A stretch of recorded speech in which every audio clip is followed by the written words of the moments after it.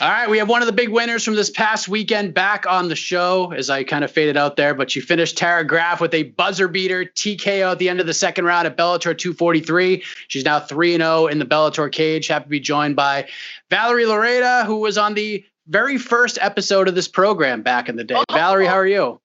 Hi, I didn't know that. That's a cool fact. I'm happy to be back and with a win.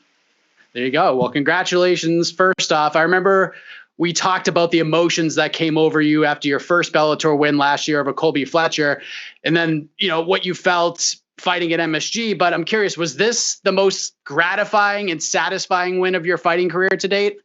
I think it was just more satisfying for me because there was so much negative talk before my fight.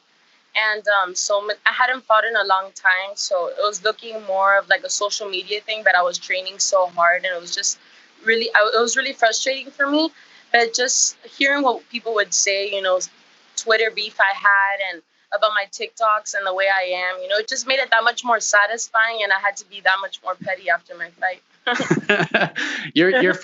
The first two fights you had for Bellator, you were very aggressive. Like the Larkin Dash fight, especially early on, that was just like an all-out fist fight battle between the two of you. This time, the aggression was definitely still there, but this was a more like reserved aggression than we had seen from you. A lot of movement, a lot of patience shown. How important was that for you to kind of show that side of your game, that, I guess, more calculated approach, so to speak, that you showed on Friday? Well, I'm very hard-headed, so if it was up to me, I would have just gone in and brawled with her, but, you know, I stuck to the game plan that my coaches had for me, and we knew she was going to be extremely aggressive and try to take me down the whole time.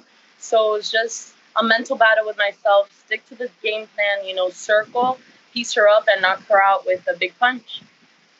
The build-up to the fight, as you sort of alluded to, it took off very quickly, especially in the days leading up to the fight. Like during the virtual media day, you seem to have a bit of a chip on your shoulder because of that. And I know you were dealing with a lot of stuff heading in, which we'll get into in a moment, but is that accurate that you felt like you had a little more to prove, a little more of a chip on your shoulder this time around?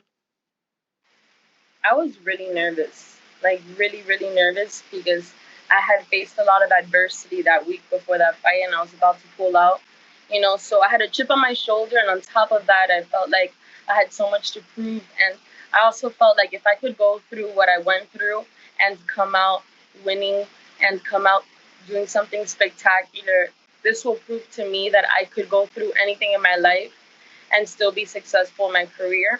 So I had a chip on my shoulder, and, you know, I'm petty and I don't say anything, and I stay very quiet until the opportunity I have to just show her face in the cage, and that's what I did. Tara obviously had some things to say about you heading into the fight, about the marketing and the social media. We're not going to talk social media here specifically, but I know you addressed that a little bit after the win, but was there something specifically that she said that got you a little more fired up than usual? Yes, because she said that the way I promote myself was demoralizing to the sport. And then when I heard that, it was over for me. Like, I'm crazy, and I was going to go in there to kill her, not to just hit her soft, just to kill her, because I don't take that, and I didn't want to do anything over social media first. I just wanted to make it seem like it wasn't get to me, because I'm an emotional person and I could be an emotional fighter. So I wasn't letting that get to me until the cage, you know, and then in the cage I proved my point and I shut her up, and I shut a lot of people up. Has that happened to you before, when you took on an opponent that talked trash like that took shots at you personally to try to get under your skin? Is this the first time that happened, or has that happened before? No, this has happened to me a lot before in my life. But the thing is that this girl was harassing me literally every day since January, since I had to back out of the fight because of a torn MCL. Every day she was harassing me. Every day I would open Twitter and see her stupid name. Every day I would see her post stuff and at me and stuff. And it was just annoying. She was so annoying, and I was just so excited to just break her face. So I kept that in my head. I didn't let it get to me because I could get very emotional, and every single day she would harass me. I'm so happy I don't have to see her name come up anymore, but I let it out of the cage. I'm crazy. You can't mess with me like that. So as you mentioned on Twitter after the fight, your manager, Abe Kyle, also mentioned it. You were dealing with a lot heading into Friday night, one of which was you got into a pretty gnarly car accident the day before you made the trip to Connecticut.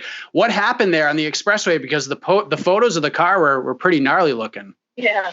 Um, that's not even the hardest thing I went through that week, but I don't want to talk about that now. But the day before I left, I had finished training an American Top Team. I was close to my weight already, like the weight that I leave at. And I finished training. I showered American Top Team. I blow dried my hair, okay? And I was on the way back from Coconut Creek, and I was driving on the highway, and it was a merge, and I was in front of the guy, and it was a huge, huge, huge tow truck, like huge, and he was driving super, super fast. So he tried to pass me on the merge, okay, and I freaked out because I had no more space, and I tried to brake, but he didn't realize that my car was there, and the whole back thing of his truck hit me, and I went spinning into the side of the rail, and I broke as hard as I could, and I braced as hard as I could, and I stopped right before like the metal, and I swear to God, if I would have hit that, I would have flipped or something.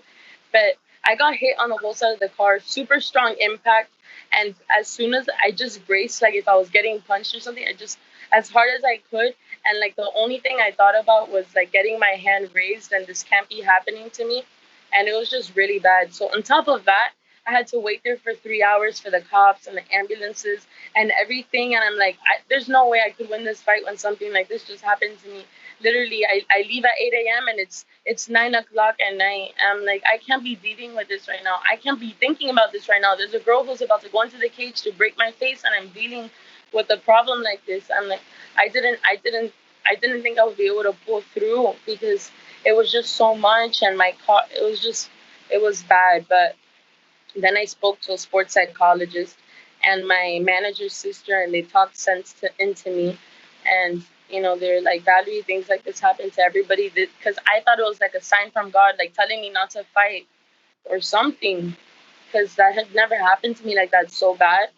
And I was like, you know what, Valerie, if you could overcome something like this and go into the cage, nobody has to know anything. Pretend it didn't happen. Put those emotions aside and use those emotions in the cage. Transfer that energy into the cage, and that's exactly what I did. It was a tow truck that hit you? Yes, like huge. Like I have pictures. Oh my God. Was there anybody else in the car with you? No, it was just me. I was coming from ATT. I was happy. My hair was done. I'm like, okay, it's fight week. I'm leaving in the morning. I have to go home and back. How close were you to actually pulling out of the fight? On Wednesday, so I left Sunday. Wednesday, I had a huge problem happen, which I can't talk about yet, but really, really bad. And that's when I was about to pull out of the fight. And then 2 minutes after I got home, Bellator posted my fight. And I was like, oh my God, what do I do? Either I let this get to me and I let what happened in my life control my future, or I face adversity. I'm not a victim. I overcome it. And, people don't like victims. People like people who overcome certain situations in their life and they're still successful. And, I spoke to a psychologist and got my mind right. My mind wasn't there. And I said, no, I texted Abraham that night. I go, no, I'm going to fight. Everything better now, at least? Yeah. We don't have to get into specifics, but everything's better now? Yeah. Everything is good now. And, I feel so much peace after this fight. I proved a lot to myself, which is most important. After this fight, I know I could face anything in my life and get through it. My mom was a leukemia survivor, and that's what I kept telling myself. Valerie, your mom survived leukemia, bone marrow transplant, to be there for you and your sisters. These things that happen to you are bad, but there's people who their family members have passed away and have had major problems before the fights, and they still fight, So I just kept it in my mind, and I know I'm young, but I had to really, really mature in that moment, take control of my life and my career and say, I'm going to do it, and I'm going to win, and I'm in control of my fight, and I'm going to win, and there's no plan B. There must have been like a giant weight lifted off your shoulders when the fight was waved off on Friday night, because, we saw the emotion after the Colby Fletcher win, but with everything you had to deal with, that must have felt incredible, did it not? It's not fighting for a year and 4 months or 6 months, whatever it was, going through the reality show, losing so much weight, having that problem I had, having my car crash. My family went through a huge My parents went through a huge divorce last year, and people don't know that my dad's always been my instructor, and by the cage, my parents went through a huge divorce. My family completely separate. Like, just so many life changes at a very young age when I'm trying to be someone in my career, and I could have lost myself, and I could have gone the bad route. But I'm just so proud of the way that I was able to just keep one thing in focus, and it's what I really want for myself, and it's to prove the world that I'm a high class martial artist, and I'm a competitor. And every day during quarantine, I trained as much as I could. I lost the weight close, so when Bellator called me, I could make weight. I did everything right that I did face a lot before this fight, and people were talking so bad to me before and stuff, but if they only knew what I've been through at my age and how hard it's been for me to get here. My family is enriched. I've done this on myself, and it's all been for my family and my legacy, and here I am. But this fight was just emotions. People who don't know the background don't understand why I dance like that, but I dance like that because I'm petty. You talk shit about my dancing, and I'm gonna dance and do 50 TikToks after because that's the way I am. So I don't know. It was just the most satisfying feeling that this just asserted to myself, Valerie, you're a competitor. What you do in the gym, the people you train with, you know who you are. Don't let anyone tell you otherwise. You know who you're going to be in the sport, and you know you're going to be champ. Yeah, it's funny you mentioned the dance, because that's what kind of one of the big things that stuck out about the night, because I was hosting a live post-fight show after the UFC event on Saturday, and we take like viewer questions and stuff. And one of the viewers asked whose dance was better, Valerie Loureda's or Valentina Shevchenko's. And personally, it was hard for me to say because I'm not like a dance judge or anything. But one thing I did notice was the respective dances come from two different places. Like Valentina's is just like a pure dance of joy. I mean, yours showed some joy too, but it seemed like, to me, this was just more of a dedicated to the haters kind of a dance. It was a sort of a message to the critics. It was like a deal with that kind of a thing. It was so spiteful, right? It was like, you wanted to talk shit about my dancing. Now I'm going to dance for 5 minutes, and I'm going to dance salsa. I'm going to twerk. I'm going to do everything. I'm not well. Like, this is how I am in my life, though, with everything. And it's just funny that in the cage, that just came out. I didn't plan that, but I knocked her out. I had to scream at her because I really didn't like her. Genuinely, I really didn't like her. And I'm always so respectful and polite, but just the ratchetness came out of me and I couldn't control it. I loved it because you were talking some smack afterwards, but then you still went over the martial arts and you came out, you went over and you bowed before her. You have to be professional. You're a master, but at the same time, like, I don't disrespect anybody. She disrespected me. I didn't give her one word, so that was my time. I had to. I couldn't control myself. I feel out of all the fighters who competed over the weekend between Bellator and the UFC, in terms of like stocks rising, I feel like yours rose as much, if not more, than anybody else on either card. Have you sort of felt a bit of a momentum switch since Friday night? No, definitely. The thing I'm very good at capitalizing on moments, right? So when I found out I'd be the first girl to fight on the Bellator card since the quarantine, everybody's at home, they have nothing to do, they do little watch parties, everybody's going to be watching these fights, right? We're live sports right now, and people don't have that at home, and Bellator is giving me this opportunity. But I knew that if I did something impressive, my stock would go up, but not like this. This is another level of just, it went viral everywhere. Everybody in Miami is going crazy. People, I've been here, I got to the airport, everybody was clapping. I'm like, oh my God, everybody watching my fight. It makes me so happy because this is what I do it for. I'm an entertainer. I'm a performer. I have a message to send to the world, and people are starting to get it. Was it almost better just for this kind of a fight to have it in the empty arena? Like, obviously you feed off the noise and the energy and stuff, but because this got so personal, there was sort of a raw, gritty quality to it that sort of enhanced it even more. What did you think of like the empty arena feel to this fight? Oh my God, it was so much fun. Because I don't know, I felt like it was just so personal and so close. And, in Taekwondo, I'm used to fighting with not a lot of fans either way. So that didn't even make a difference for me. But it was fun because I had my sister right there. I felt like if we were my dad's Taekwondo school, we were at ATT, I was about to do a sparring.